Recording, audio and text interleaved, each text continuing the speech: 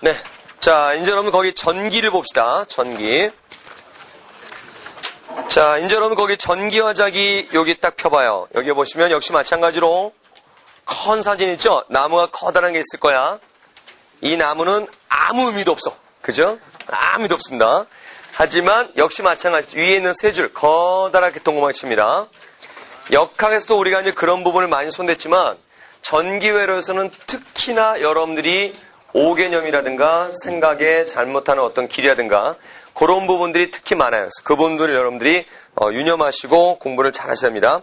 대신 전기화자기는 양이 그렇게 많지는 않습니다. 역학만큼. 그러니까 역학의 반밖에 안 돼요. 반도 안 됩니다. 전기는 사실. 그래서 전기는 쉽게 선입할 수 있으니까 수업 중에 하는 어떤 회로라든가 어떤 정의라든가 이런 것들을 정확하게 잘 읽으셔야 합니다. 자, 뒷자 넘겨봐요.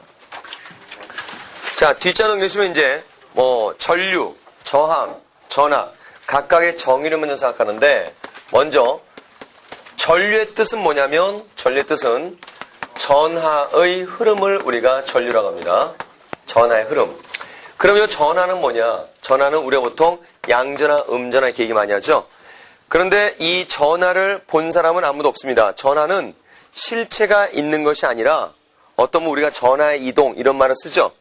근데 실제로 전하라는 것이 존재하는 게 아니고 이 전하라는 용어가 왜 쓰이게 된 거냐면 그걸 생각하면 돼요. 우리가 보통 전류는 뭐의 이동이라 그래? 어떤 입자? 자유전자의 이동을 얘기를 하지? 전자. 그런데 이러한 전자가 발견되기 전에 전자의 존재가 인정되기 전에 전류의 흐름에 대해서 뭔가를 얘기할 게 없어서 전하라는 용어를 쓰게 된 거예요. 그런데 시간이 지나고 나서 전자가 발견된 거야. 그때 가서. 그래서 이제 이미 어쩔 수 없어요. 전하란 말도 썼고 이제 뒤늦게 전자의 존재도 발견됐기 때문에 쓰던 말을 안 쓸 수는 없으니까 그냥 똑같이 혼용해 쓰는 겁니다. 전하란 말은. 그러니까 실제로는 전자의 이동을 얘기를 하는데 전하 이동을 어떻게 우리가 이제 여기서 쓸 것이냐 이거야. 내가 전자입니다. 나의 부호는 마이너스야. 그지? 전자의 부호는. 내가 전자인데 성은 주시고 이 전자가 이렇게 이동해요. 그러면 좀 이해 못해 표정. 자, 전자 이렇게 이동합니다. 이때 전자가 이쪽 이동하면 여기는 전자가 모자르죠. 부호는 플러스가 돼 마이너스가 돼?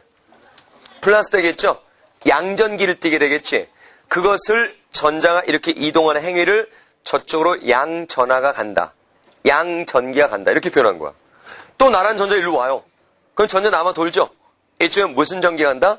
음전기. 마이너스 전기가 간다. 마이너스 전화가 간다. 이렇게 표현하는 거야. 그러니까 실제는 전자 이동이죠. 또 내란 전자가 또 이렇게 와봐. 전자 일로 와요. 성은 주시고요.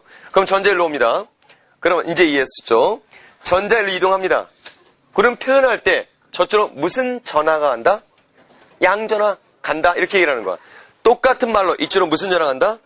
음전화 간다. 이렇게 얘기를 하는 겁니다. 아셨죠? 그래서 전자 이동 가지고 얘기를 하는데 그렇다면 전자 하나가 빠지는 것을 전자 100개 빠지는 생각하면 그만큼 전기적인 양이 더 커지겠죠? 그죠? 그 전기적인 양을 전기량 혹은 전하량 이렇게 얘기하는 겁니다. 그래서 이때 얘기하는 전기량, 전하량 같은 말이야. 자, 빨리 전기량. 기호는 Q로 씁니다. 요 Q가 뭐냐면 퀀터티. 그러니까 차지 퀀터티. 양적인 걸 얘기하는 거야. 양적인 것. 그래서 전하량을 얘기할 때, 전기량을 얘기할 때 어떻게 얘기할 거냐? 1쿨롱이라는 기본적인 묶음을 만든 거예요. 그래서 1쿨롱이라는 이 전기량은 전자 몇 개의 흐름을 얘기했느냐? 6.25 곱하기 10의 18승계의 전자 흐름을 1쿨롱 얘기한다 이거죠. 그러니까 6.25 10의 18승계를 묶어서 1쿨롱 하는데 만약 6.25 곱하기 10의 18승계 전자가 일로 와. 그럼 우리는 그걸 표현할 때 저쪽으로 몇 쿨롱 간다? 플러스 1쿨롱 간다. 똑같은 얘기로 이쪽으로 몇 쿨롱 간다? 마이너스 1쿨롱 간다. 같은 얘기예요. 알았죠? 이 숫자는 외울 필요는 없는 겁니다. 굳이 기억하고 싶으면 꼭 그런 사람 있잖아. 꼭 뭐든지 저 숫자 같은 거 기억하고 싶은 그런 사람들은 여러분 태극기 휘날리며 웰컴 투 억막골 이런 거 봤죠? 6.25 전쟁은 어때요? 6.25 전쟁은 18 같은 전쟁이죠. 그래서 6.25 18개야. 바로 6.25 18개. 이럴 때 보는 거야. 6.25 18개. 이걸 묶어서 1쿨롱이라 하는 것이야. 그렇다면 전자 한 개의 전하량도 나오겠지. 그것은 요 수치의 뭐가 될까요? 역수가 되겠죠? 그래서 이미 준비된 그 역수는 1.6 곱하기 10의 마이너스 19승 쿨롱을 얘기하는 거야. 그래서 지금부터 전자한계의 전하량은 1.6 곱하기 10의 마이너스 19승 쿨롱을 얘기를 한답니다. 이것도 굳이 기억하고 싶으면 6.25 때 많이 끌려갔죠? 16세에서 19세까지 많이 끌려갔어요. 빨리. 원민이가 여기 걸렸어. 빨리 16세, 19세까지. 그래. 외울 필요 없는 거야. 이거를 지금부터 간단하게 뭐라 할 거냐? E라는 기호를 쓴다 이거죠. 그러니까 이제부터 전자한계의 전하량을 가장 구체적이고 명확하게 얘기해봐라. Follow me. E. 그럼 요 숫자를 얘기를 하는 거예요. 알았죠? 자, 일단 이게 전하량이 뭔지 이제 공부했고, 그 다음. 그러면 이쪽은 100쿨롱 이동하고 이쪽은 1000쿨롱 이동해요. 어디가 더 전류가 셀까? 1000쿨롱. 근데 알고 보니까 1000쿨롱은 3박 4일 동안 이동하고 얘는 10초 동안 이동해. 그럼 말 바꿔야 되겠지. 어디가 더 세? 이쪽이 더 센 거죠. 그러니까 단순히 전하량이 많은 것이 전류 센 것이 아니라 시간당 어떤 단면을 통과하는 전하의 그 양 가지고 전류 세기를 얘기하는 거예요. 그래서 전류의 세기는 이제 기준이 이게 중요한 말이 돼. 전류의 세기는 바로 운을만 놓고 기억하 밑줄 칩니다. 거기다. 시간당 전하의 흐름. 대게대게대 언나쳐. 시간당 전하의 흐름. 이 시간당 전하량 이거 갖다 기호로 쓸 때 시간당 전하량 이렇게 쓴다 이거죠. T분의 Q. 전류의 세기는 I라는 기호로 쓰고요. 그래서 I는 T분의 Q 이러고 나와요. 그리고 우리가 물리를 공부할 때 어떤 물리량의 이니셜을 많이 쓰잖아. 이때 그게 뭐의 약자인지 알아보는 것도 물리에 도움 많이 됩니다. 여러분 전류가 영어로 뭐죠? I로 시작하는 거 없어요. 전류는 영어로 current입니다. current. 이렇게 쓸 거야. 전류는 current. 이렇게. 빨리 current. 스페링이 아닌가? 빨리 current. 그러니까 전류는 current인데 왜 전류 C라고 안 하고 I라고 하느냐? 바로 우리가 V콜 IR 할 때 그 I의 의미가 전류의 뜻이 아니라 바로 요 뜻이에요. 세기. 강도. 영어로 뭐지? 세기 강도? intensity라고 그러죠? 스페링은 요구하지 말고요. 갑자기 소심했으니까. intensity. 그러니까 전류 I 했던 것은 세기를 얘기하는 거야. 전류의 세기. 그러니까 전류가 세다 약하다. 그런 말 하지 않니? 전류의 세기는 반대 정의 시간당 전하량. 빨리 시간당 전하량. 잊지 마라. 중요한 것이야. 시간당 전하량이야. 자, 이제 전류의 세기 하나 정의 읊었고 그 다음 저항 얘기합시다. 저항은 R. 그럼 resistance, resist, 이렇게 방해하다, 저항하다 이런 뜻이죠. 그래서 단위는 뭘로 쓰고요? 옴이라는 단위를 쓰고 전류의 세기 단위는 알죠? 뭘 쓰나요? 암페어를 갖다 쓰는 겁니다. 자, 그래서 한 번 더 보면 시간당 전행 쿨롱포초 이렇게 될 것이고 1암페어다. 1쿨롱포초. 10암페어다. 10쿨롱포초. 이런 뜻이야. 그래서 저항은 R. 그래서 단위는 옴으로 쓰는 것이고 이때 저항의 근본적 원인이 뭐냐? 보통 지금 얘기하는 거로는 어떤 물질이 있는데 거기에 전하 이동이 생긴다 이거죠. 근데 실제로는 전자 이동이라 해서 이런 전하의 이동이 생기면서 그 물질 원자와 충돌이 일어나겠죠. 바로 그것이 저항의 원인이 되는 것이다. 그래서 거기 써 있을 것이야. 원자와의 충돌하면서 받게 되는 방해, 대게대게대 언어처. 저항의 근본 원인은 원자와 충돌하면서 받게 되는 방해. 이때 우리가 많이 보던 저항의 특성 중요한 게 있습니다. 보면 알겠지만 이제 하여튼 지겹도록 모든 문제마다 항상 이걸 포함시키죠. 이건 너무나 잘 아는 얘기가 있어요. 길이가 길어지면 저항은 어떻게 된다? 커진다. 두께가 두꺼워지면 저항은 어떻게 된다? 작아진다. 이건 너무나 잘 알잖아. 길이가 커지는 거죠. 이때 똑같은 규격인데도 불구하고 단면적도 똑같고 길이도 같아요. 근데 얘가 저항이 더 커. 그것은 이 저항체만의 고유한 특성, 어떤 물질마다 고유한 저항 특성이 다르기 때문이죠. 그걸 뭐라고 한다? 안 해요. 비저항. 비저항. 이게 아마 중학교 때부터 많이 봤을 거야. 비저항. 그래서 항상 여기서 이제 하나 당부드린 게 뭐냐면 여러분이 저항 라지알과 비저항 분명히 구분하셔야 돼요. 저항값이 같아도 비저항이 다를 수 있는 것이야. 단면적 두께와 길이에 의해서. 또 비저항이 같아도 저항값 다를 수 있는 겁니다. 길이와 두께에 따라서. 알겠죠? 자, 이 부분이 이제 문제에서 많이 볼 겁니다.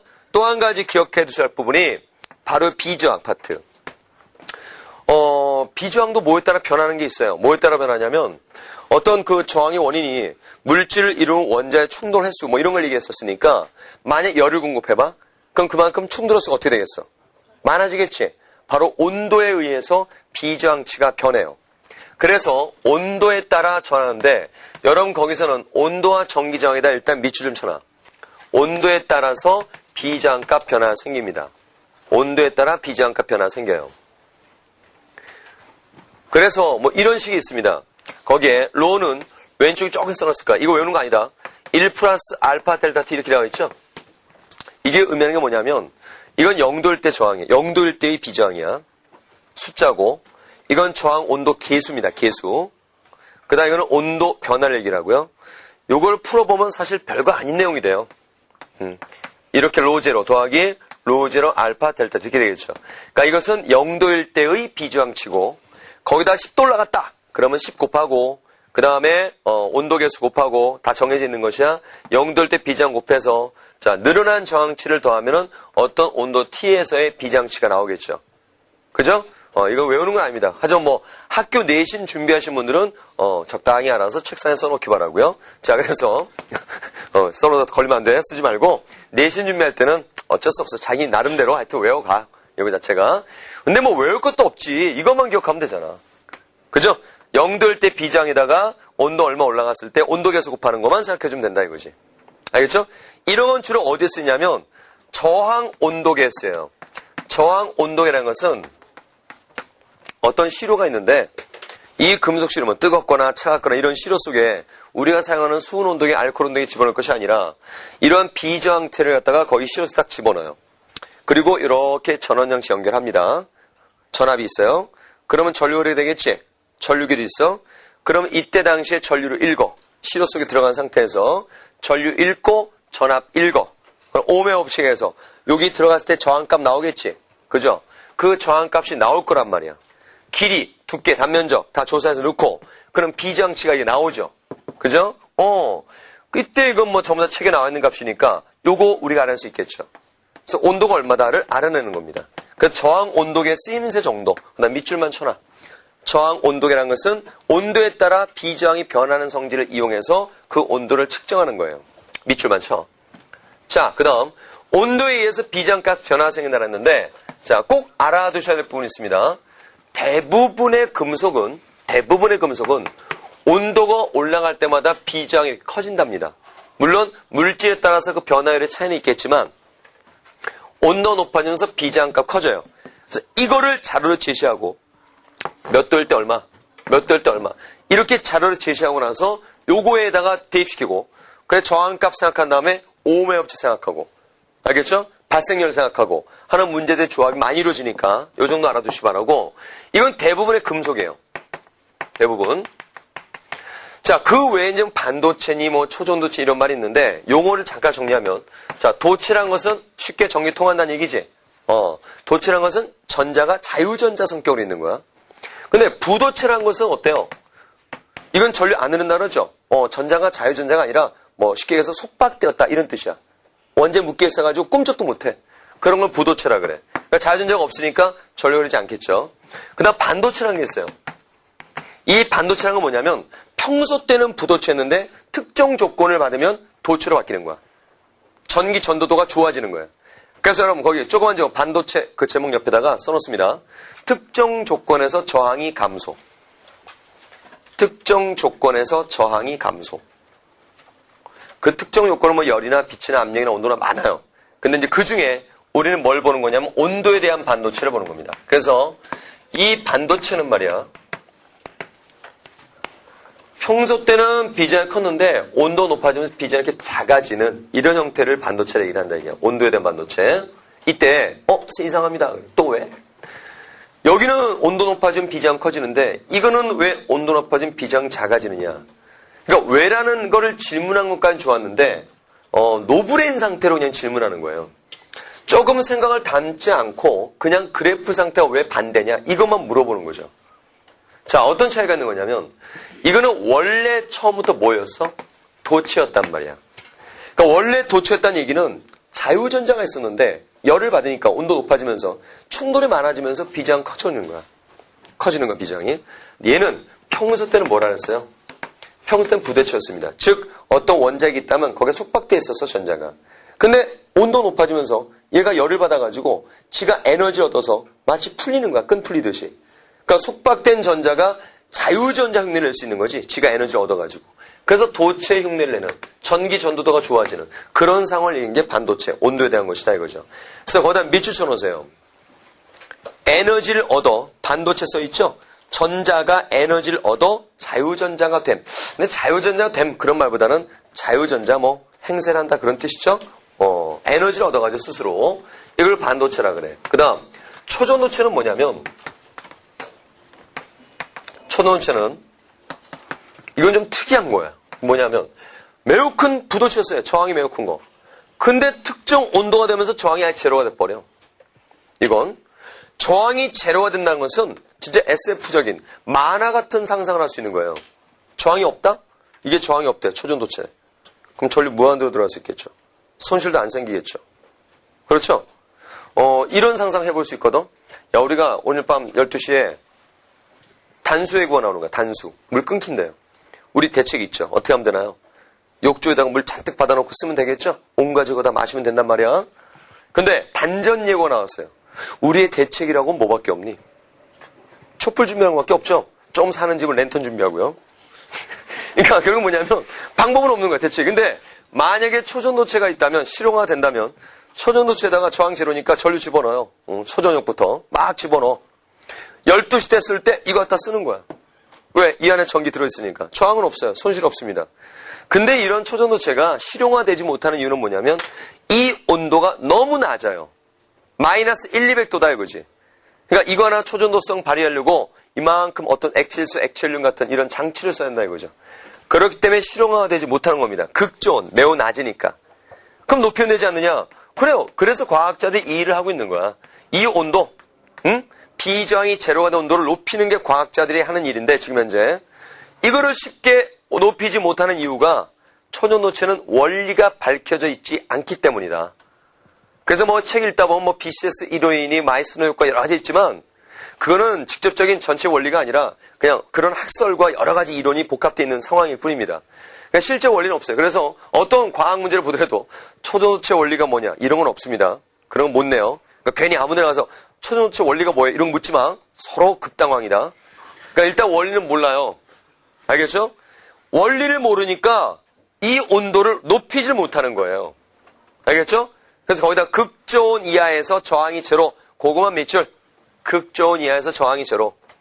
그 다음에 여러분들 교과서 같은데 어떤 참고로 읽을 거리인 거 있을 때 초전도체가 나오는데 거기 이런 말이 있어요. 고온 초전도체라고. 이거 오해 가지면 안 돼. 고온 초전도체라는 것은 높은 온도에서 초전도성이 나타나는 게 아니라 왜 고온이란 말이 붙었냐면 아주 오래전에 초창기에 이게 밝혀질 때는 초전도성이 딱 나타날 때 처음 발견됐을 땐 마이너스 200도 정도 됐었어요. 그 정도 부근에서 마이너스 200도, 마이너스 250도 그 정도가. 근데 이제 점점 세월이 지나면서 올라가면서 마이너스 한 100도 정도까지 올렸다 이거죠. 마이너스 한 120도 정도. 그럼 옛날에 200도 정도 되는 것이 마이너스 100도였으니까 엄청 100도 정도 올라간 거죠. 얼마나 높은 온도예요 여기 비해서. 그래서 고온이라는 말에 붙은 거지 실제 우리가 알고 있는 고온이 아니다. 그러니까 정말 우리한테 필요한 건 뭐가 필요하겠어요? 상온 초전도체가 필요하겠죠. 그죠? 그걸 위해서 인류가 계속 노력을 하는 것이고, 그러니까 일단 이렇게 우리가 관련된다 생각하시 바라고, 과거 수능에서 이 그래프를 찾는 거 하나 나타나긴 했었어요. 그래서 대부분의 금속 도체들은 이렇게 되고, 반도체는 이렇게 온도에 따라서, 초전도체는 극저온 이하에서 제로된다. 요 정도. 알겠죠? 자, 이제 저항에서는 요 두 가지, 요거 절대 잊으면 안 되고, 또 온도에 따라 요 부분, 이거 기억합니다. 그 다음, 이제 전이차 얘기. 자, 전압 그런데 사실 본래의 뜻은 전이차입니다. 여기서 이 전이차란 말이 이제 뭐냐면 이거예요, 사실은. 이 말이 전기력에 의한 위치 에너지의 차를 우리가 뭐라고 해요? 전위차라고 하는 거야. 자, 우리 보존력, 우리 이제 얼마 안 됐단 말이야. 역학 에너지 할 때. 보존력 4가지 따르죠. 중력, 탄성력, 만율력, 전기력. 근데 전기력과 만율력 물리투한다 그랬었죠. 그 다음에 또 한 가지 위치 에너지란 말이 언급되는 거 요 힘들 얘기할 때만 쓴단 말이야. 중력이니 탄성력이니 만율력이니 전기력이니 요 얘기할 때 위치는 말을 쓰이는 거야. 그래서 여기서 바로 전기력에 의한 위치의 차를 우리가 전위차라고 얘기하는데 이렇게 보면 됩니다. 어떤 물체가 딱 떨어져요. 그럼 분명 위치 에너지 높은 데서 낮아 떨어지겠지. 위치 에너지가 높은 곳에서 낮은 곳 떨어진다? 바로 무슨 역이 여기다 일을 해주는 거야? 중력이 일을 해주는 거지. 그 높은 곳에서 낮은 곳으로 위치 에너지가 높은 데서 낮은 데 떨어지는 거야. 이동하는 거야. 이것처럼 자기의 저항이 있다 치면 A점이 있고 B점이 있죠. 이렇게 전류가 이동한다. 뭐 이렇게 나왔단 말이야. 그럼 여기선 중력이었지만 인제에서 무슨 역이 되겠냐? 전기력이 되겠지. 전기력이 일을 하는 거죠. 결국 A점의 전기력에 대한 위치 에너지, 이걸 뭐라고 한다? 전위라고 합니다. 바로 전위. 그러니까 전위란 말은 쉽게 오진 않아요. 처음 하니까. 전위란 말은 위치 에너지예요. 어느 한 점의 위치 에너지를 전위라 그래. 전기력에 대한 위치 에너지. 중력에 대한 위치 에너지는 그냥 위치 에너지라고 하고. 왜냐 여기서 중위, 그럼 군인들이 화내겠지. 그러니까 이건 그냥 위치 에너지고 전기력 위치 에너지는 전위란 말을 쓴다. 또 B점 전위. 어디가 위치 에너지가 높겠냐? 이렇게 하면 A가 높겠죠? 그래서 전위가 높은 곳에서 낮은 곳으로 전류가 흐르는 것이며 이때 둘의 차이를 우리가 뭐라고 한다? 전위차라는 말을 쓰는 것이다. 전위차. 오케이? 위치는 차입니다. 이때 말이야 제발 이제 했으니까 이런 말은 좀 쓰지 마 이제는. 전압차란 말 함부로 쓰지 마세요. 전압차란 용어는 없겠지. 아니 야 전압의 뜻이 뭐야? 전위차잖아. 그럼 뭐야 전압차는? 전위차차? 뭘? 그러니까 그런 용어는 없는 거야. 전압이면 전압이고 전위면 전위예요. 알았죠? 자 전위차 얘기를 해봤고요. 그 다음 이거는 좀 부족해. 물론 여러분 들을 때 맨날 이제 얘기했단 말이야. 여러분이 그 맨날 얘기 들을 때 뭐 이런 거 하죠? 이렇게 물통 갖다 놓고 물이 이렇게 흐르더라 이거야. 이 물이야 여기야. 통로가 있고. 그럼 이렇게 흐르잖아. 왜? 왜 이렇게 가는 거야 물이? 여기서 높고 낮고 바로 수위차. 수위차가 여기서 무슨 차가 되는 거야? 전위차 개념이 되고 물의 흐름이 바로 뭐가 돼? 전류 얘기한단 말이야. 이건 다 들었단 말이야. 초등학교 때부터. 자, 이 전위차와 전기 흐름에 대해서 한 번 더 생각할 것은 이겁니다. 여기 이제 어떤 사람이 이렇게 딱 서 있어요. 이상한 놀이통이 하나 있어, 이렇게. 이렇게 놀이통이 있어. 여기 이제 이렇게, 그래, 골룸 새끼야, 이 새끼야. 여기다, 반지 끼고, 허리다 반지 끼고, 이 새끼는, 여기 있는 거야. 이때 이상한 공이 하나 있어요. 그러니까 골룸 새끼를 딱 보면서, 얼마나 이놈이 그거 사악하고 집요하고 의심 많니? 이거 뭐냐, 이거죠. 그래서 얘가 들어 올려요. 들어올렸어. 그러니까 또르르 떨어져? 무슨 역이 일을 했니? 중력이 일했지. 다시 돌아와? 또 올리는 거야. 이 골룸 새끼가 무슨 역에 대한 위치 에너지를 높여놨어요? 나도 내 모습은 좋은 줄 아니? 자, 무슨 역 위치 높여놨어? 중력의 위치 높여놨죠? 그랬더니 또 또르르 떨어져. 중력이 또 일하는 거야. 또 올리는 거야. 자, 중력 위치 또 높여놨죠? 떨어져? 올려? 떨어져? 떨어져? 이 짓거를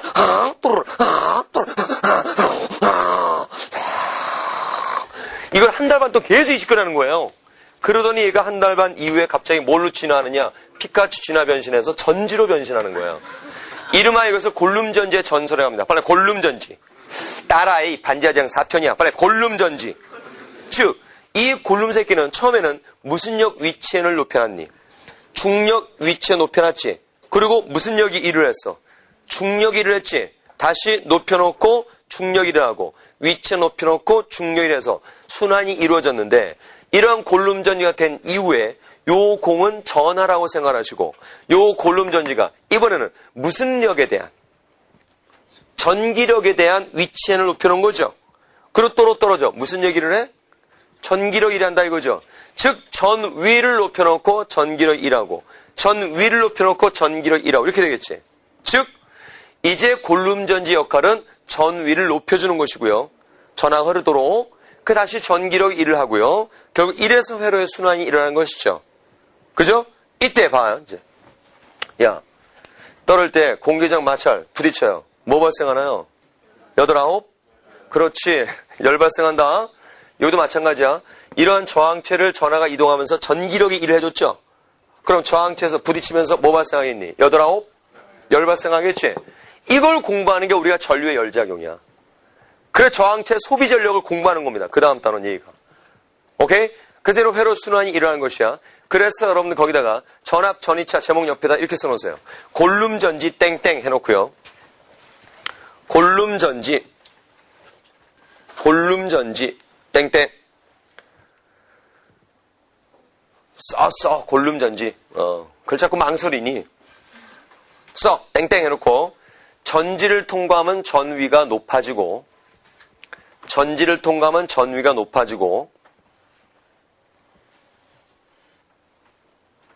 저항을 통과하면 전위가 낮아진다.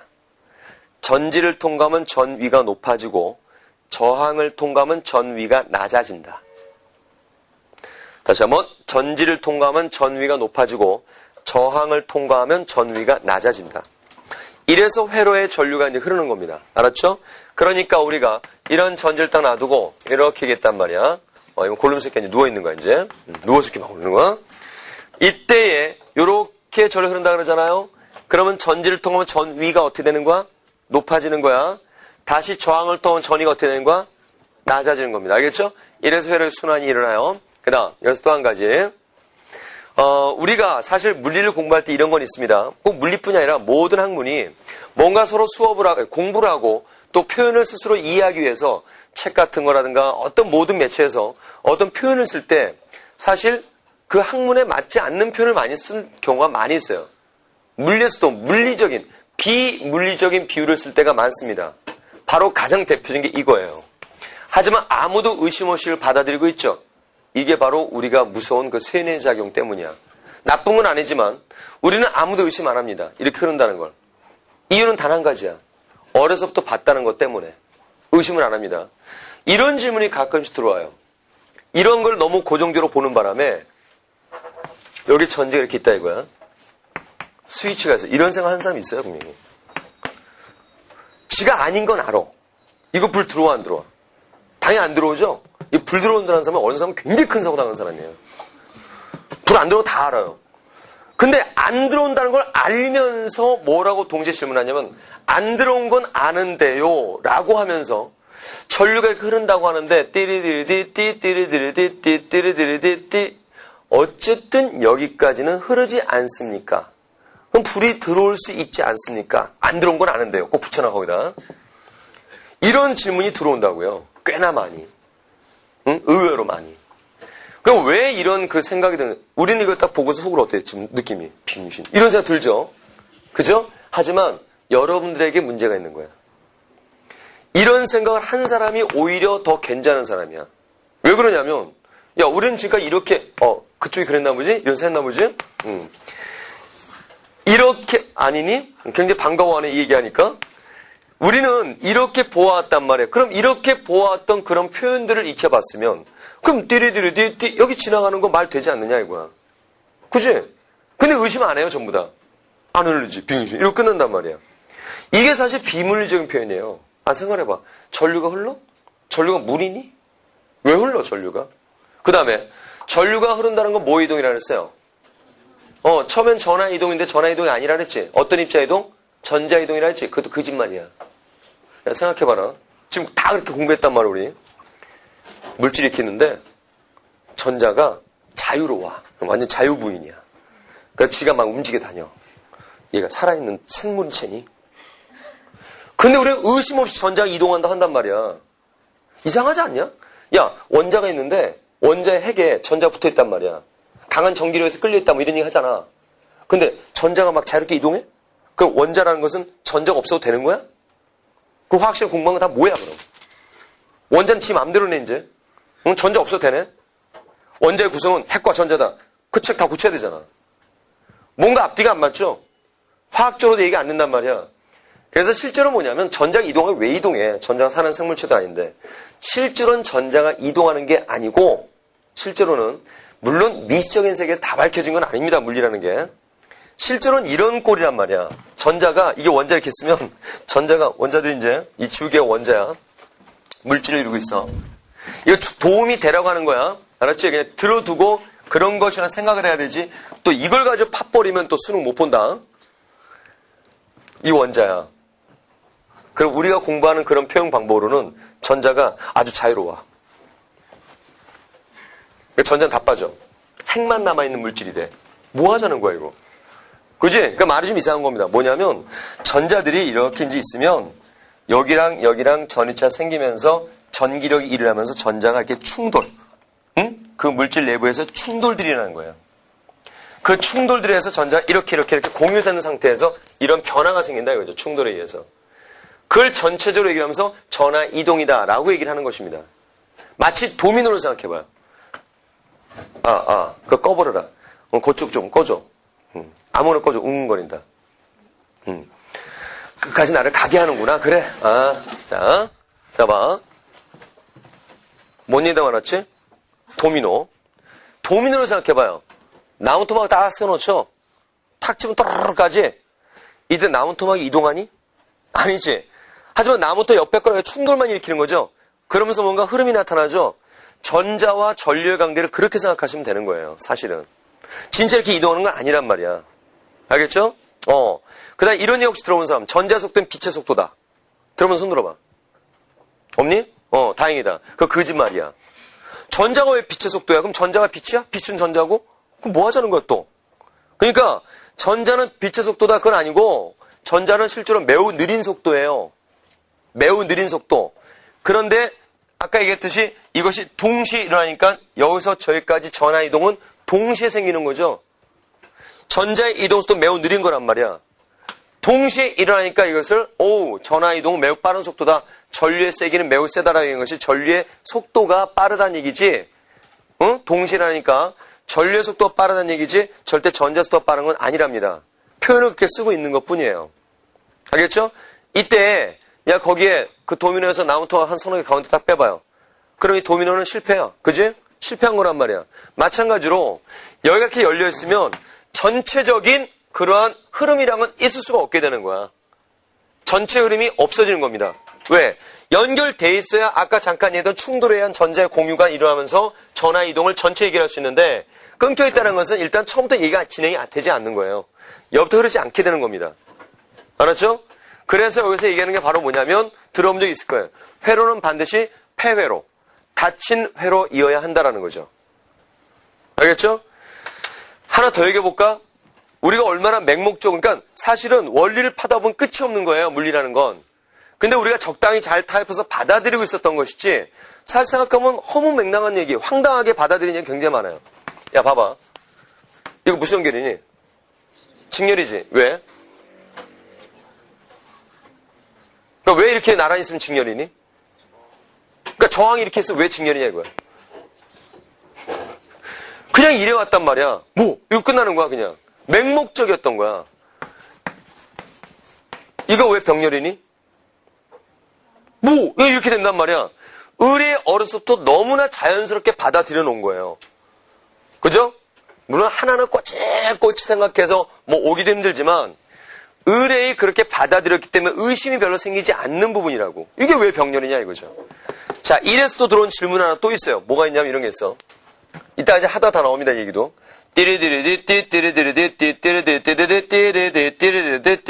뭐예요? 근데 이제 이 질문은 꽤 많이 온다. 요 안에도 분명히 많이 도처에 도사리고 있을 거예요. 선생님 이상합니다. 또 이상하대. 이상하면 치과 가지. 이상합니다.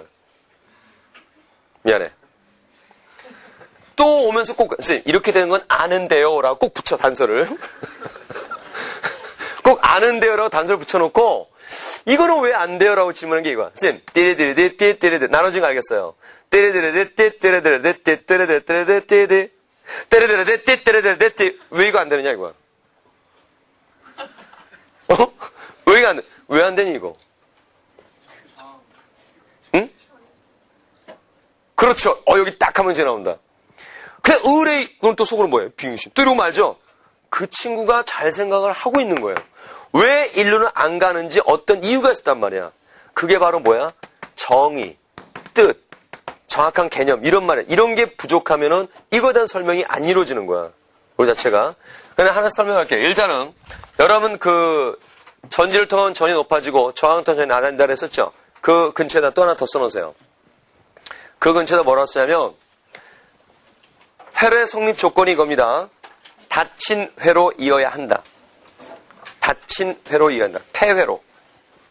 아무데나 써놔. 폐회로. 닫힌 회로 이어야 한다. 닫힌 회로 이어야 한다. 닫힌 회로 이어야 한다. 별 사람 다 있어. 그래서 회로가 왜 닫혀요? 많아요. 군데군데 사회 도치에 도사리고 있어. 내 모를 줄 안 내가. 혹시라도 폐회로 불러주면 거기다 또 이지라라고 폐회로가. 다친 회로 이어야 한다. 또 있죠. 함께 웃으면서 그냥 쓰지는 못하고 있는 사람들. 이렇게 점으로 이렇게. 자, 다친 회로 이어야 합니다. 의외로 이따 보게 될 거야. 수능 문제 마다에 닫힌 회로 열린 회를 체크하는 문제가 대부분이에요. 근데 우리는 그걸 몰라. 회로 문제를 뭘 체크하려는지를 모르고 그냥 이 문제는 어떻게 푼다만 끝난다고요. 의미 자체가 닫힌 회로 열린 회로를 찾는 문제. 이따 보게 될 것이야. 얼마나 중요한 것인지. 그러니까 뜻을 모르고 문제를 보면 갈피가 안 잡히는 거예요. 이제 뜻을 봐야 됩니다. 어떤 문제를 봤을 때. 그걸 일단 느끼실 거고 그 다음 이거 얘기해 볼게요. 이거 왜 뭘 직렬이라고 하는 거냐. 지금 뭐 쉬운 예로는 원웨이, 한 길. 길 하나다 이거야. 그 다음에 병렬은 여러 갈래 길, 나누어지는 길 이렇게 얘기한다고요. 그것도 좀 그래요. 좀 더 정확하게는 봐라. 여기 A, B, C인데 A, B, C의 전위가 같냐 다르냐. 전위가 다르죠. 저항 양단한 상상 전위차 발생하는 거죠. C보단 B가 높고요. B보단 A가 높아서 이렇게 흐르는 겁니다. 즉 전위가 다른 점들이 이렇게 일렬로 다이렉트로 있을 때 이걸 직렬, 연결되었다라고 얘기를 하는 것이야. 그런데 병자락은 나란히 있다 그런 의미죠. 자, 예를 보니까 어떻게 돼 있어? 여기 전이 어떻게 했냐? 같겠지. 여긴 저항이 없지. 항상 저항을 통과하여야 전이차 발생합니다. 저항이 없잖아 여기는. 없죠. 저항이 없는 게 아니라 참 전위가 없죠. 전위가 같죠. 전이차가 없죠. 전이 다 같아요. 전이차 없습니다. 여기 전이가 다 어떤 거야? 같은 거죠. 요점 A라고 그러고 B라고 하자. A와 B의 전이는 어때? 같습니다. 전이차 있어요 없어요? 없습니다. 그 다음 여기 C라고 D라고 할게요. 쓰지 마 이런 건. 보고서 이해하고 끝내. C와 D는 자 여기 전이가 다 어떤 거야? 같은 거죠. 어떤 저항치가 없으니까. 그럼 C와 D도 전이차가 있다 없다? 없다가 되는 거죠. 그러므로 A는 C보다 분명히 전위가 높고 또 B는 D보다 또 전위가 어때? 높은 거죠. 이때 요 C와 D의 전위차가 없기 때문에 전류가 일로 갈 수 있어 없어? 못 가는 거란 말이야. 요 저항을 통과한 이후의 전위는 모두 똑같으니까 여기서 전류가 이렇게 간다는 건 말이 안 된다는 얘기죠. 전류가 흐르기 위해서는 반드시 어떻게 된다서 저항을 통과하면 전위가 낮아질 때 이렇게 흐름이 나타나는 것이죠. 그죠? 그래서 C와 D는 전이차가 없기 때문에 흐를 수가 없다가 되는 거예요. 그러면서 A, B 전이 높으면서 같고 C, D 전이 낮으면서 같으니까 둘의 전이차는 어떻다? 같다. 이런 얘기가 되는 것이고. 알았죠? 됐나요? 즉 병렬이란 전위가 이렇게 같은 점들이 나란히 놓여있을 때 이걸 병렬이라고 얘기를 한다 얘기야. 그 다음 이걸 알았으면 이제 이론은 혹시 나와?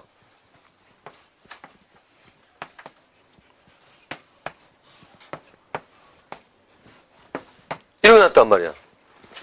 갑자기 이제 급당황으로 빠지는 거야. 뭐 있다고 회로가 있느냐.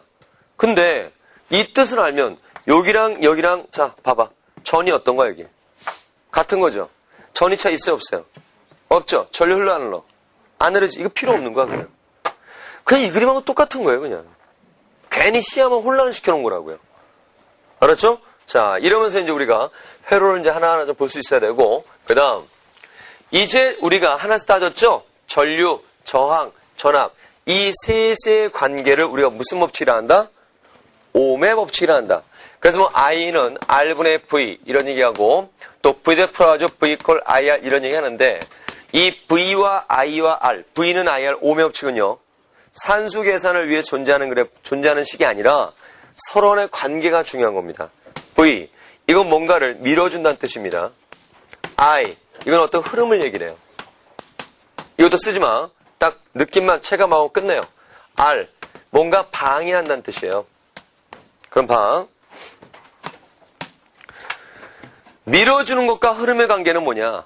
자, 내가 이거를 흐르게 하고 싶어. 쓱 밀었어. 잘 흐르네요. 내가 이거를 흐름을 더 세게 하고 싶어. 어떻게 하면 되겠니? 밀어주는 걸 더 세게 밀면 되겠죠? 내가 이거의 흐름을 더 세게 하고 싶어. 실패. 내가 이것을 더 세게 하고 싶어. 밀어줌을 더 어떻게 해야 돼? 크게 해야 되겠죠? 즉 밀어줌이 크면은 그만큼 흐름도 어떻다? 좋아지는 거죠. 서로 무슨 관계된 것이다? 비례될 것이야. 쓰지마 이런 거 쓰는 거 아니야. 그 다음 요거 둘이 무슨 관계냐? 방해하는 것과 밀어주는 관계? 자, 누군가를 이렇게 딱 흐르게 하고 싶은데 깡패 한 명이 딱 서 있어. 그럼 어떻게 해야 돼요? 이 사람 흐르게 하려면 이 깡패를 내가 쓱 하고 밀어야 되겠지. 근데 만약에 깡패 2명이 있어? 똑같은 흐름을 만들고 싶어? 그럼 밀어주면 몇 배로 밀어야 돼? 2배로 밀어야 되겠지. 근데 만약에 깡패가 3명이서 있어. 밀어주면도 몇 배 돼야 돼? 3배가 돼야 되겠지. 근데 만약에 깡패가 4명이 있어요. 밀어주면도 4배로 밀어야 돼. 높이는 똑같아요. 근데 만약 깡패가 10명이 있어? 그럼 밀어주면 몇 배로 밀어야 돼? 10배로 밀어야 되지. 뭘 바래? 결국 깡패가 많으면 밀어주는 힘도 어때야 돼? 커야 된다 이거죠. 그러니까 둘이는 무슨 관계 된다? 비례다라는 거야. 기억해. 서로 관계가 체감이 돼. 같은 흐름의 세기를 유지하기 위해서는 방해 정도가 클수록 밀어주는 것도 어때야 돼? 커야 된다 이거죠. 둘이 비례. 둘의 관계. 이건 금방 나오죠. 방해가 흐르면 안 좋으니까. 아, 깡패 한 명 있어? 이제 내가 흘러가? 깡패 한 명 있어? 응? 막 까면서 르르 지나가죠. 쓰레기. 이러면 지나갈 거야. 근데 깡패 2명 있어요. 그러면 좀 더 소심해지죠. 쓰레기. 이러고 지나갈 거란 말이야. 깡패 4명 있어요. 나 같으면 안 가죠. 그만큼 방해, 그만큼 흐름도 안 좋다는 얘기지. 그죠? 즉 흐름과 방해는 무슨 관계? 반비례다 얘기야. 이런 서로의 관계를 비례, 반비례를 선 4개로 표현한 게 하나, 둘, 셋, 넷. 이게 바로 뭐다? 오음의 법칙이다 이거죠. 왜? 맞잖아. 비례, 반비례. 산수계산도 산수계산이지만 그것보다는 서로의 관계가 중요한 것이다. 물론 서로 비례하기 위해서는 전류가 어떨 때? 같은 흐름에 새길 때 뜻을 담으라면 같은 흐름에 새길 때 저항큼은 전압 커야 된다 이거지. 같은 저항일 때 전압이 세야 전류가 세진다 이거야. 같은 저항일 때. 그죠? 자, 이런 관계가 필요한 것이고 그래서 이제 여러분 오른쪽에 보시면 중요합니다. 거기 보세요. 직렬의 기본 정리 이런 말이 있죠? 직렬의 기본 정리. 자, 이제 직렬과 병렬에 관해서 이제 공부를 좀 합니다. 뭐 이게 잘 되는 사람도 있겠지만 이게 안 됐으면 이제 아무것도 안 이루어집니다. 자, 먼저 봐. 직렬이다. 여기가 1옴 있고 2옴 있어요. 전류 흘러요. 떼레떼레떼 하고 흐릅니다. 이때 1A 흘러. 자, 전류가 여기 똑같은 흐름의 세기인데 전류가 딴 데로 갈 데가 없죠? 1A는 원길이 아니라 원웨이 한 길이죠? 딴 데로 갈 데가 없어요. 얘는 깡패 1명이 맞고 있고 얘는 깡패 2명이 맞고 있어. 어딜 더 많이 밀어야 돼? 여길 더 많이 밀어야 되겠죠?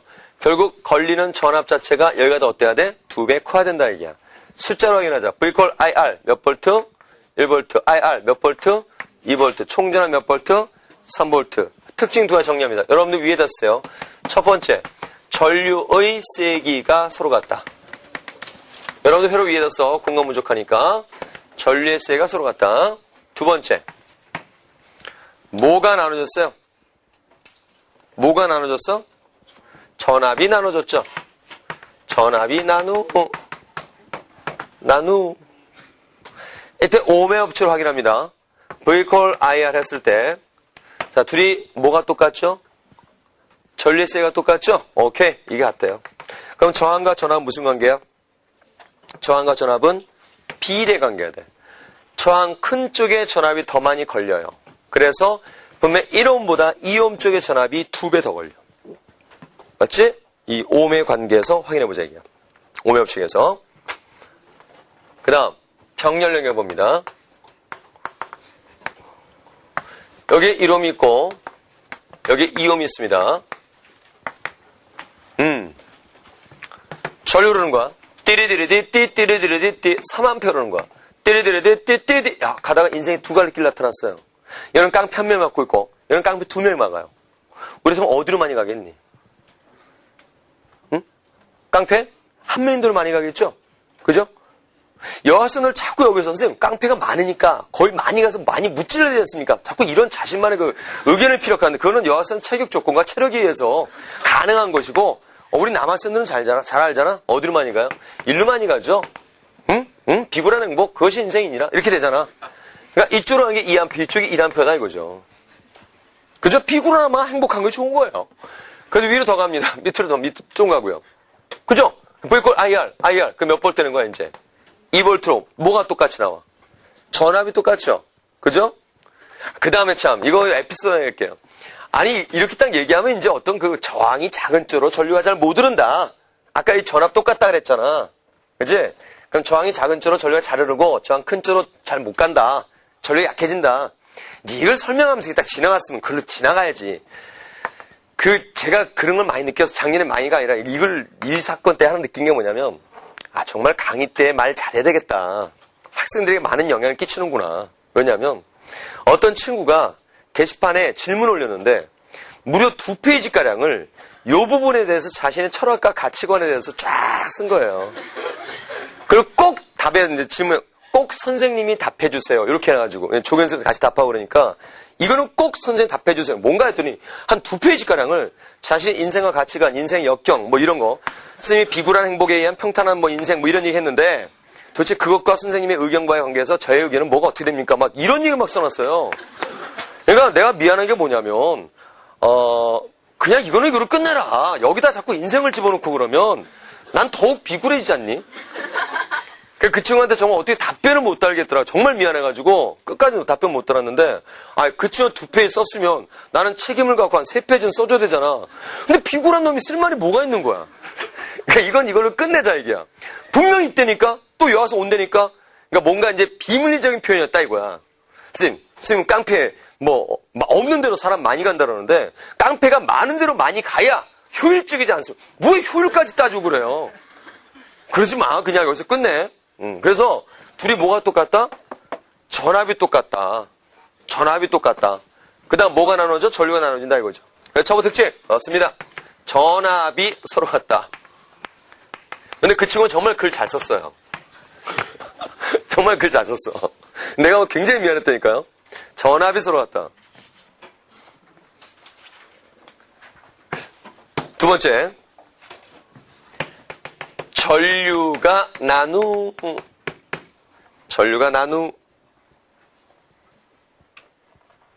자, 역시 오음협칙으로 V콜 IR 딱 써놓고, 전압이 서로 같다 그랬죠? 그럼 전류와 저항 무슨 관계야? 반비례입니다. 그래서 저항 작은 것으로 전류가 세게 흐르면서 전이차는 똑같이 나타난다는 게 병렬이다 이거죠. 알겠죠? 이거는 뭐 구구단 다름없으니까 수학 구구단이나 다름없으니까 반드시 꼭 이거는 숙제가 돼야 됩니다. 발음이 전류가 서로 같다. 전류가 서로 같다. 전압이 나누. 저항 큰 데 많이 걸려? 작은 데 많이 걸려? 저항 큰 거 전압 많이 걸립니다. 저항 큰 거 전압 많이 걸려. 그래서 이것이 헷갈리면 안 돼. 같은 흐름이기 위해서는 방에 큰 데다가 더 밀어줘야 된다. 이렇게 생각해. 그 다음에 전류가 서로 같다. 전압이 서로 같다. 전류가 나누. 이건 반드시 꼭 숙제가 돼야 됩니다. 이거는 글 자체가 이런 내용을 피력해요. 보세요. 직렬. 오, 여기 있네요. I가 들어가 있네. 그래. 전류가 서로 같다는 뜻. 아니, 봐요. 억지 아니에요. 봐봐. 그렇죠. 뭐가 똑같다는 거야? 전압이 서로 같다 이거죠. 왜요? 또 봐라. 야, 분명히 저항은 이제 두 번째 특징도. 저항의 비례, 전압이 나눠지죠? 비례에서 나눠지죠? 비례. 전압 비례하지, 비례. 비례하지, 비. 비례하죠, 비. 직렬, 이. 직렬, 무미, 직렬, 히를, 직렬, 히를. 아니요. 병렬, 병신, 반푼이, 반비례 해서 나눠진다. 이건 아니다, 야. 자, 여튼 확실하도. 그러면 이런 생활 속에 관련된 얘기도 많다, 얘기야. 우리 가정에서는 직렬 연결 사용하니, 병렬 연결 사용하니. 크게. 직렬의 병렬이야. 병렬 씁니다. 이거는 무슨 연결이죠? 자, 저쪽 친구는 직렬이라고 그러는데, 그럼 그쪽 친구 집에 응접실에 TV, 오디오, 에어컨, 냉장, 일로 쫙 써놓은 직렬이니? 제발 좀 나란히 있다고 직렬하지 마. 병렬 이것도. 그러면, 그럼 우리 집에서 병렬을 쓰는 이유가 뭐냐 이거야. 직렬 안 쓰고 병렬 쓰는 이유가 두 가지 버전이 있어요. 초등 버전과 고등 버전. 초등학교 때 뭘 배웠냐면 이거 배웁니다. TV, 오디오, 에어컨, 냉장고, 일로 딱 직렬 세웠다 얘기야. 그랬더니 왜? 비웃어. 그럼 냉장고 영어로 뭐니? 신을도 모르면서 넘어가. 자, 그래서 직연결하면 누군 그러다 뭐 dim체 이질하는데 그러지 마! 직렬 연결하면, 초대 이렇게 배워요. 맞는 얘기고요. 하나 끄면 어때요? 다 꺼지는 거죠? 그죠? 아까 그 친구 직렬로 쓴다며요, 집에. 그럼 밤에 새벽에 추워서 히터 틀려면 일어나가지고 새벽 3시에 TV, 오대, 냉장, 에어컨, 히터 한번 다 틀어야겠죠? 전자레인지까지. 그럼 굉장히 비참해진다고요. 그래서, 병렬을 써봐라. TV, 오대, 에어컨, 냉장고 병렬을 딱 쓰면은, TV 하나 끄더라도 상관없죠. 그죠? 하나 끄더라도, 이건 초등학교 배운 얘기야. 그 다음, 고등 버전. 요새 있잖아. 직렬은 뭘 나눠 쳐먹어요? 전압 나눠 쳐먹죠?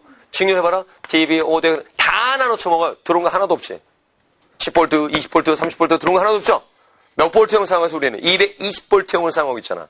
병렬 해봐라. 모두 몇 볼트 걸리는 거야? 220볼트가 걸리도록 돼 있는 것이죠. 그죠? 같은 전압을 쓰기 위해서. 오케이? 같은 전격 전압 사용하기 위해서. 그 다음. 또 생활 속에서 이런 거 있잖아. 여러 멀티 콘센트라고 있죠. 멀티탭. 있잖아. 이렇게 여러 개 꼽는 거. 이렇게 콕구정 막 찔려져 있고 이거. 요거. 여기 여러 제품 쓰면 위험하다 그러죠. 왜 위험하냐 이거죠. TV, 오디오, 에어컨, 냉장고, 심지어는 밥솥까지 사용한다 이거야. 그러면 밥솥 알아 영어로? 모르면서 왜 그래? 자봐. 그러면 저쪽 강북매 가서 나온 거 하나 있습니다. 상계동에서 뭐가 나왔냐면 따졌지. 너 밥솥 뭔지 알아? 쿠쿠요. 네, 쿠쿠 나왔어요. 자, 그래서 이거 무슨 연결이에요, 이거? 무슨 연결? 병렬 연결이죠. 직렬 그러지 마. 나 했다고. 병렬입니다. 그럼 왜 연결할수록 얘가 위험하냐? 병렬이기 때문이야. 연결하면 할수록 개수가 많아지면서 합성 저항은 커지더라, 작아지더라. 작아진다 이거죠. 이제 병렬 또 공부할 거야. 병렬에서는 개수가 많아 합성 저항이 작아지죠. 그러므로 이것의 합성 저항이 감소합니다. 흐르는 전류가 어떻게 돼? 매우 세지겠지? 그지? 전류가 매우 세져요. 그러면 전선의 허용치가 있는데 그걸 초과하니까 해서 뭐 발생하겠어요? 전선이 커버할 수 있는 전류 이상을 넣어버린단 말이야. 초과한다고요. 그래서 열 발생하겠죠? 집 없어지죠? 매우 덴저러스하다 이거죠? 그러니까 위험하다. 여기서 주의해.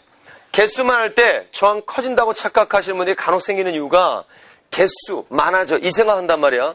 병렬은 합성 저항이 커져 작아지기 때문이다라는 거죠. 알겠죠? 자, 이것도 주의하시 바라고. 그러면 왜 또 병렬 합성 저항 그 얘기를 해보자 이게야. 야, 직렬은 합성 저항 커져요, 작아져요? 합성 저항, 직렬 커지지. 왜 커져? 그냥 그래왔단 말이야. 이것도 맹목적인 거야. 병렬, 합성 저항 작아지죠. 왜 작아져? 하고 추궁하면 병렬이니까 이런단 말이야. 직렬이니까 병렬이니까 어딨어? 자, 커지는 이유, 작아지는 이유 분명히 있고 분명히 그런 거는 연결이 돼 있어야 돼요. 여러분 아까 저항은 길이 어떻다 그랬어? 비례한다 그랬죠? 두께 단면이 무슨 관계야? 반비례한다 그랬죠? 자, 이거 직렬 봐봐. 길이 어떻게 되니? 길어졌잖아.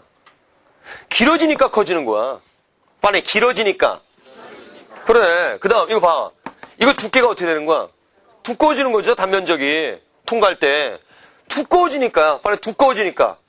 그렇지. 그래서 이게 바로 직렬 얘기한 거고 이게 바로 병렬 얘기한 것이다 이거죠.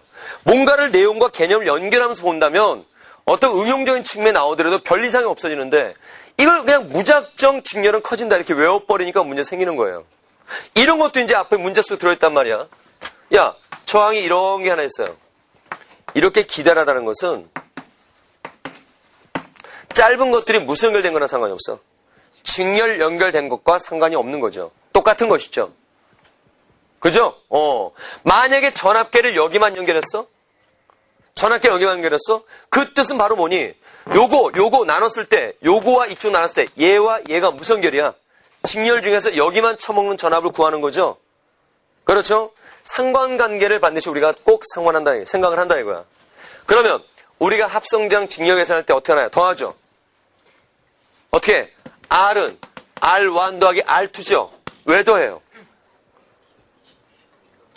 그러니까 길어지니까. 그러니까 왜 더하냔 말이야, 이제.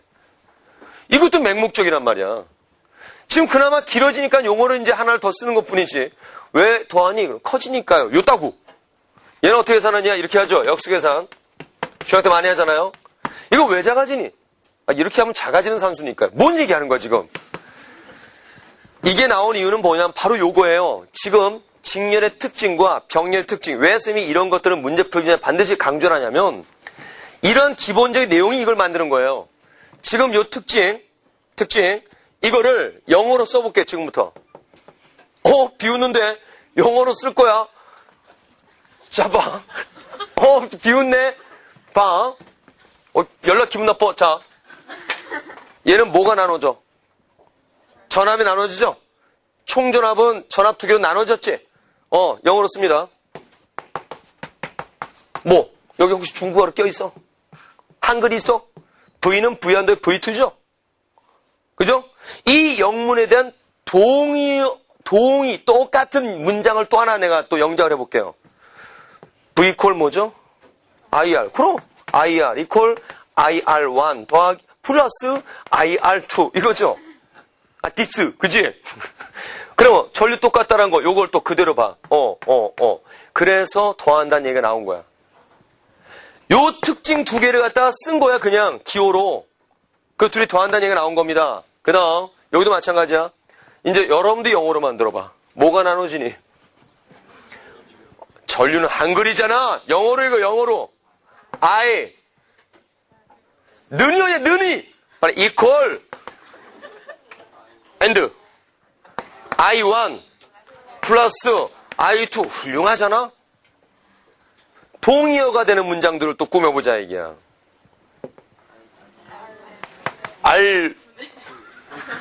서로 가만히 얘기 안 하면 돼, 그냥. R와, R2, 됐죠? 그리고, 오케이, 그만하자, 이거. 뭐가 똑같아, 지금? 그래, 전압이 똑같지. 그래서 역수에서 나온 거란 말이야. 알았죠? 특징을 그대로 옮겨 쓴 겁니다. 이거 쓰지 마. 책 보면 다 있어. 지금까지 맨날 봤어, 교과서에서. 그 다음. 직렬의 합성정은 금방 나와. 이거 합성정 얼마야, 이거? 3. 이걸로 끝나는 거야. 근데, 병렬 계산할 때, 자, 이게 3옴이고, 6옴 두 개 병렬이에요.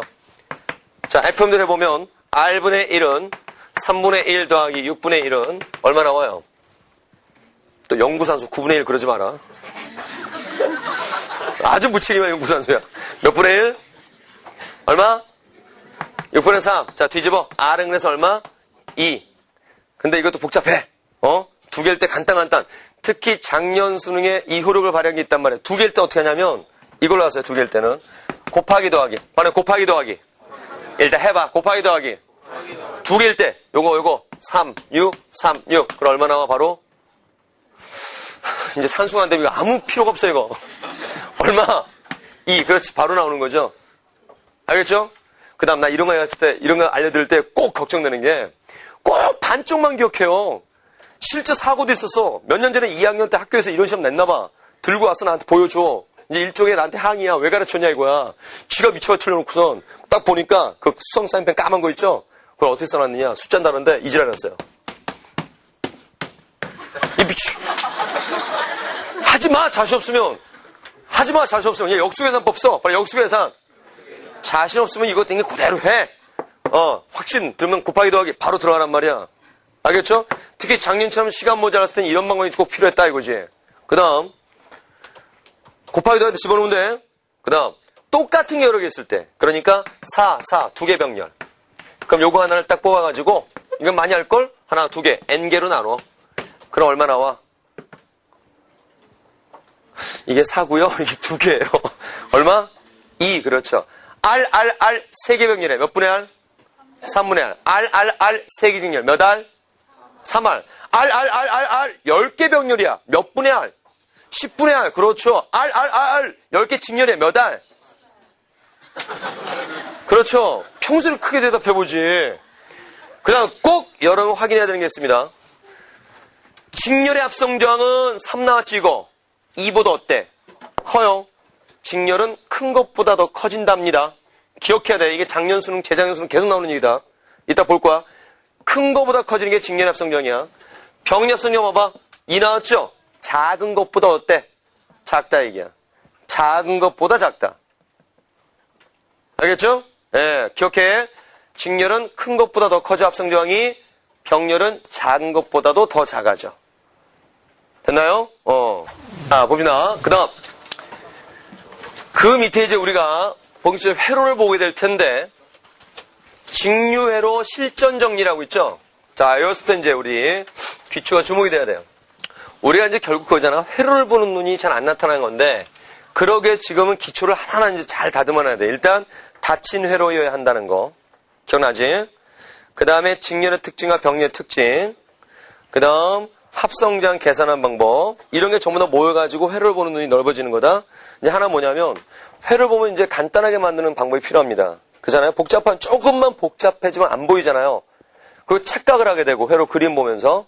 그래서 뭐냐면, 이런 걸 먼저 알려드릴게요. 먼저 실전 정리라고 되어 있는데, 그 직렬을 실전 정리 밑에 이렇게 썼어요. 단순화. 이렇게 써, 단순화. 단순화해라. 단순화해라. 자, 그 방법 두 가지를 말씀드릴게요. 첫 번째. 여러분, 전류계는 전류재는 거야. 전압계는 전압재는 거죠. 이 전류계나 전압계라는 건 측정기기지. 측정기기 때문에 회로에 없어도 상관없지. 맞죠? 전류계나 전압계는 회로에 없어도 상관없는 거예요. 근데 괜히 전류계나 전압계가 회로에 껴있는 바람에 우리의 시야를 갖다가 어지럽힌단 말이야. 그래서 아예 전류계나 전압계는 가리고 문제를 풀어버리세요. 나중에 위치 확인하고. 여러분 밑에 풀어보기 한번 봐봐. 풀어보기에 제가 일부러 전압계를 딱 껴놨거든, 가운데다가. 괜히 그림이 좀 구려 보이잖아.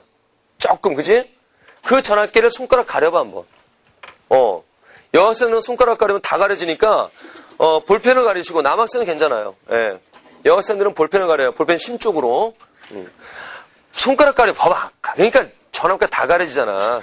그럼 지금 어떻게 수업을 하니? 그러니까 여학생들은 잘 조심해서 가려. 야, 그러면 그 V라는 전압계를 딱 가려봐. 그러면 R과 25는 서로 무슨 연결이야? 병렬이 그냥 쉽게 나오는 흔한 그 모양이잖아요. 그래서 씁니다. 단순화 그 밑에다가 1번. 단순화하는 거 방법 1번. 전류계나 전압계는 가린다. 전류계나 전압계는 가린다. 전류계나 전압계는 가린다. 그 다음 두 번째. 두 번째는 보기 좋게 묶는다. 보기 좋게 묶는다. 쌍기역입니다. 자. 아니야. 얼마나 많은 분들을 만나는데요, 제가. 이렇게 됐단 말이야. 싸우고 있잖아, 지금. 쌍기역이냐, 이응받침이냐. 봐라. 쌍기역과 기역이 싸워야 되겠죠, 보통은? 자, 여기 봅니다.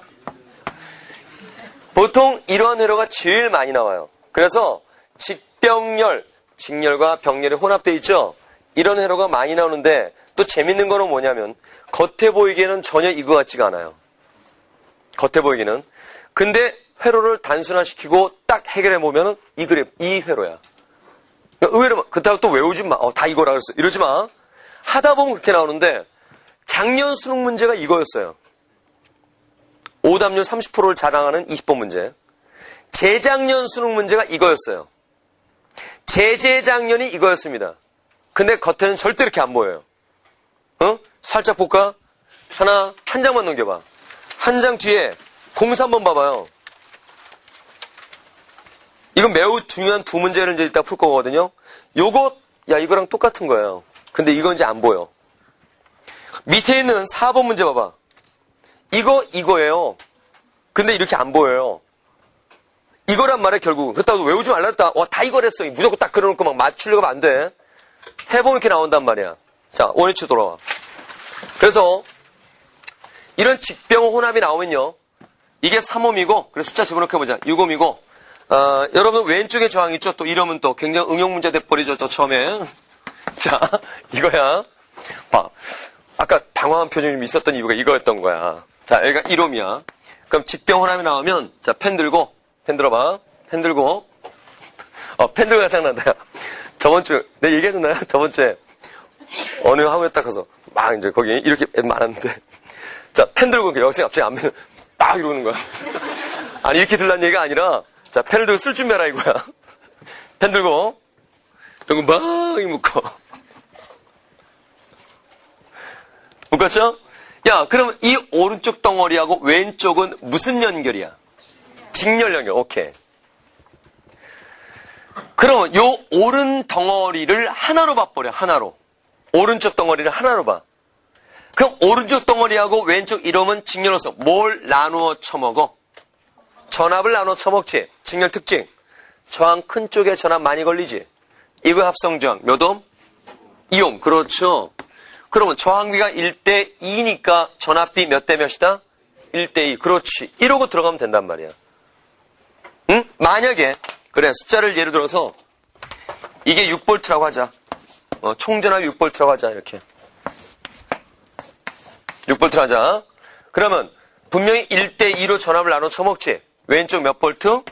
2V. 오른쪽 몇 볼트? 4V. 이렇게 되겠죠. 됐지? 그럼 1옴에 2V야? 자, 무슨 법칙? 오음의 법칙. 그래서 여기는 전류 I는 R분의 V죠? 몇 암페어? 2암페어. 이제 전하랑 보존이라 그래. 총전류는 난인전류랑 똑같다지? 이름 뭐 외울 필요 없어. 전하랑 보존이라 하는 것이야. 총전류는 난인전류 합과 같다니까 자, 분명히 두 합이 같이 나올 거예요. 자, 해보면요. I는 R분의 V. 자, 몇 암페어 나오니 여기는? 3분의 4암페어. I는 R분의 V. 몇 암페어 나오니? 2암페어. 합치니까 다시 얼마가 돼? 2가 된다 이거죠.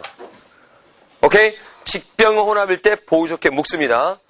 오른쪽에 있는 거 얼른 보자. 자, 이렇게 좀 뭔가 일부러 이렇게 해놓은 거예요. 막 보는 눈 가져보라고요. 어떻게 묶으면 보기 좋게 묶일까? 이렇게 묶어? 물론 이것도 보기는 좋아. 근데 막연하잖아. 있는 상태에서 묶어봐. 있는 상태에서. 자, 이거 세 개 직렬. 한 덩어리지. 맞지? 요 한 덩어리와 얘는 무슨 연결이니? 병렬 연결이죠. 맞죠? 요 한 덩어리에 얘는 병렬 연결이죠. 그리고 얘하고 얘가 옆에 뭐로 돼 있어? 직렬로 돼 있지. 그래서 이것을 보기 좋게 그리면 이렇게 될 겁니다. 봐봐. 일단은 요거 세 개가 직렬입니다. 맞죠? 그 다음 얘는 옆으로 뭐가 됐어요? 병렬이 됐어요. 됐죠? 응? 틀린 거야? 맞지? 그러고서 뽀페스 하나 돼 있지? 뽀페스 하나 돼 있죠? 여기에 직렬 하나 추가. 여기에 직렬 하나 추가. 이렇게 된 거죠. 됐어요? 제가 일부러 이렇게 세로로 그렸거든? 왜? 뭔가 생소하지? 근데 옆으로 눕혀봐.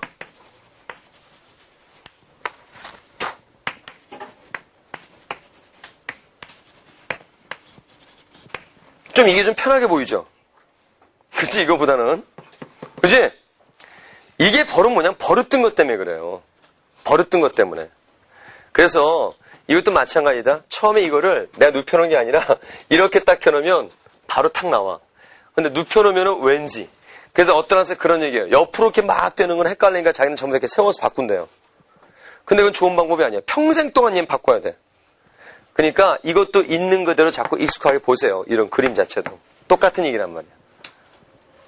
알았죠? 그래서 이제 보면 알 거야. 어떤 회로를 딱 만들 때 이렇게 해서 할 때하고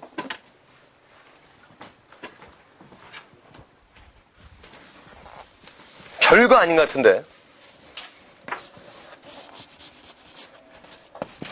이렇게 해놓을 때하고 정답률이 달라요.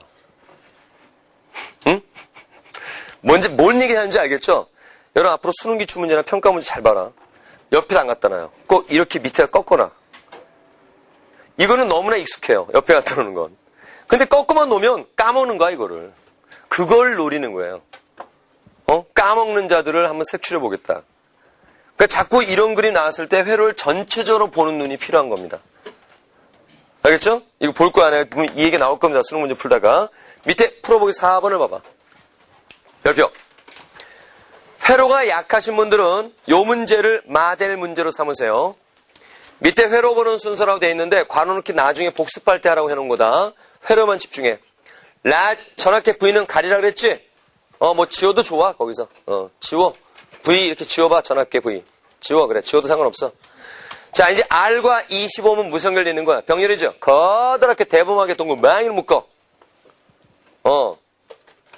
커다랗게 묶으세요. 커다랗게 묶어요. 대범하게 이렇게. 여기도 꼭 성격 나타난다? 봐라. 이렇게 해놓으면 성격이 사람은 여러 종이 있다는 거야. 이렇게 하는 사람이 있는가 하면 어떤 사람은 이렇게 하는 사람도 있고 어떤 사람은 이제 겁나서 이렇게 하는 사람이 있어요. 이렇게 하려니까요. 커다랗게. 그래. 됐죠? 그 다음 왼쪽